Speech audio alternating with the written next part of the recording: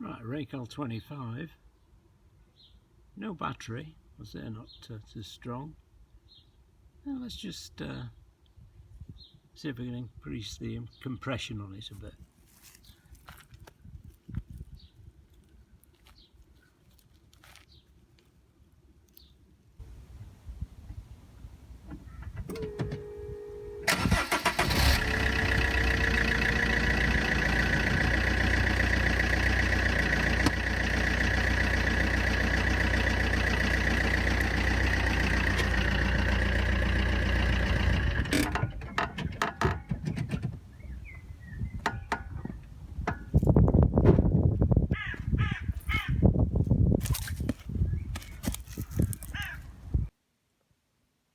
Okay, back in the workshop, the RACAL 25 seems to have survived its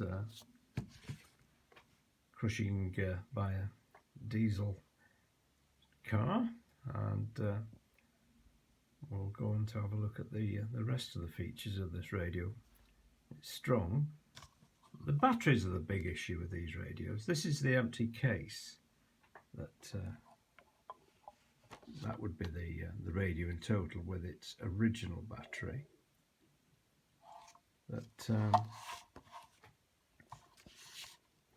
The weakness of this radio, I think, is the batteries. It contains, let's just have a look, 3 18650s, a couple of boards, and that lives within that case.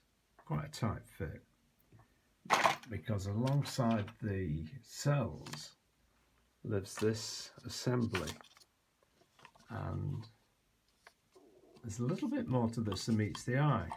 There's a bit of chippery going along here, and if we look at the top, this would be the top of the battery. There's a negative, positive, and there's these two mysterious contacts. Well, they connect that little spot on the earth contact, and there's a one-wire chip involved with that enables the radio to operate on 5 watts. If it doesn't see that, it'll only operate on low power, 2 watts. So unless you use an original battery, this is the lithium one, you only get a couple of watts.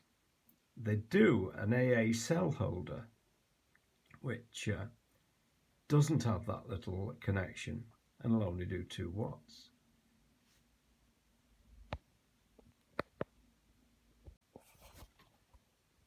Now here's the other battery. Real ugly contraption. It mounts on the bottom, just with a twist. And if we look at its top connector, it has those extra 2 contacts. So it will run the radio at 5 watts. And here's a bit of a mystery. It contains 8 AA cells. But let's just try something. Let's see if I do that. There, I fitted it. The 8 AA cells are missing. I'll power the radio, but it'll take a few moments to get going. And now there's the thing. We've taken the AA cells out. A bit like Tommy Cooper, nothing in there. The radio's powered up. This is called a hybrid battery, and within this case there's room for these AA cells. In this top piece there's a lithium battery, so if the emergency service person takes this with him and a load of AA batteries and the lithiums go flat in there, he can put in 8 AA cells in this contraption, put it in here, and it charges the lithiums So it sacrifices these, bought from a corner shop batteries, and charges lithiums up, and that goes on to power the radio. So as long as he's got plenty of these with him, he can keep operating in the sticks. These radios were used by the Department of the Interior in the US and the Forest Service and people like that. So people were way away from charging facilities. So interesting setup, but what an ugly battery. It ruins the look of the radio. Oh, sorry about that. Yeah. So I'm rebuilding some of the standard batteries at the moment, and the radio has some nice features. You can program it from the front.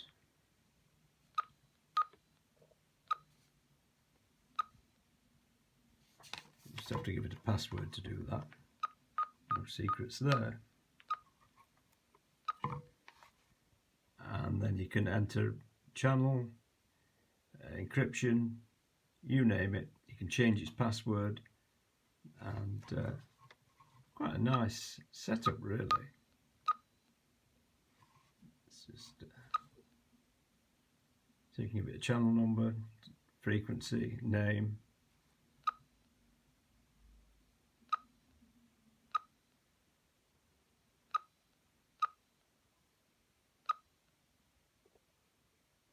NAC for the P25. So quite a nice piece of kit. Some bit of escape. There we are. Yeah, it's a digital P25 radio, and we'll go on to give it a bit of an air test in a bit. Okay. Well, listen, I could get quite used to that audio. It's sweet audio. I'd say it's a little more bassy than the Spectra, but it's nice to listen to. I've just upped the volume a little bit, and it's kind of improved matters a little bit. But yeah, it's sweet enough, I suppose. Yeah. So instead of it coming up with 235 and all the zeros, it'd be nice to come up as Phil or G6GII or something. Golf India Yankee, I always get rid of it. GIY. It'd be nice for your call sign to come up, and you're there. But the problem with that is when you move the radio on, you've got all your information in there, and you're handing it to somebody else. And should you forget to take it out, then somebody else has got your info. So, not always good. Yeah, okay, so I'm happy with that. Works okay. Sounds okay. Let's say, just a touch bassier than the Spectras, but quite pleasant to listen to. Can't say any more than that, really. G8UBC, back to you.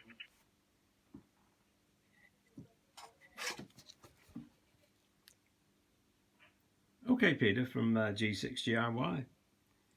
Yeah, I wonder if you could just nip to, I don't know, S21, something like that, just to try it on analog, just to see how we get on there, from G6GIY. Yeah, can do. I shall see you on S21 then. I'll put a call out, make sure it's clear, okay? Just right now. Roger, back to here if it doesn't work. Yeah, okay, fine.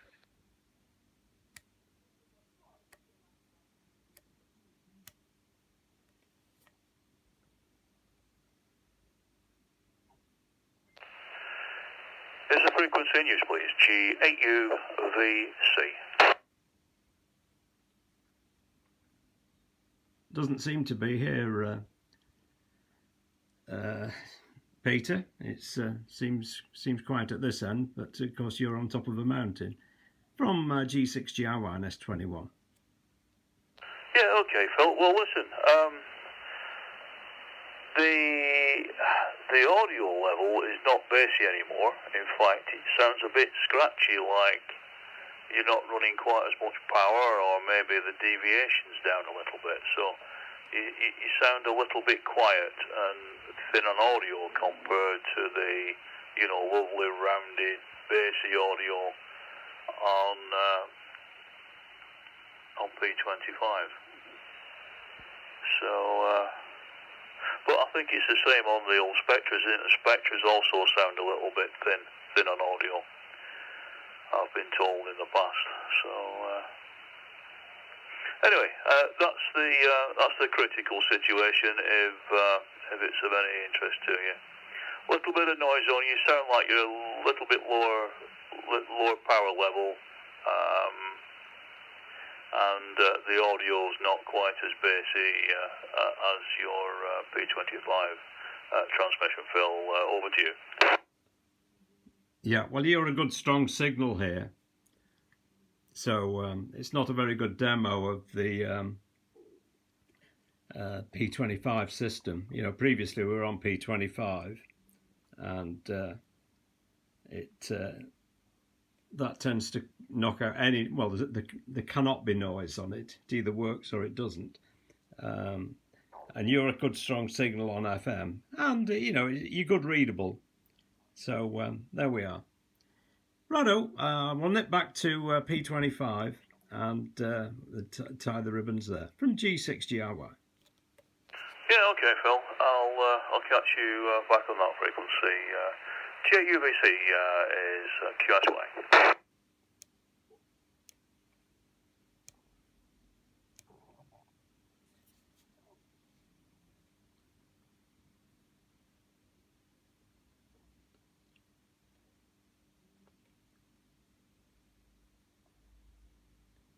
G8UVC from G6GRY. Oh, big audio, big bassy audio. Yeah, that sounds very nice, Phil, actually, that. Quite nice. If it sounded like that on FM, it'd be absolutely spot on. But I think they're a bit thin on FM for whatever reason, and I think this one is as well.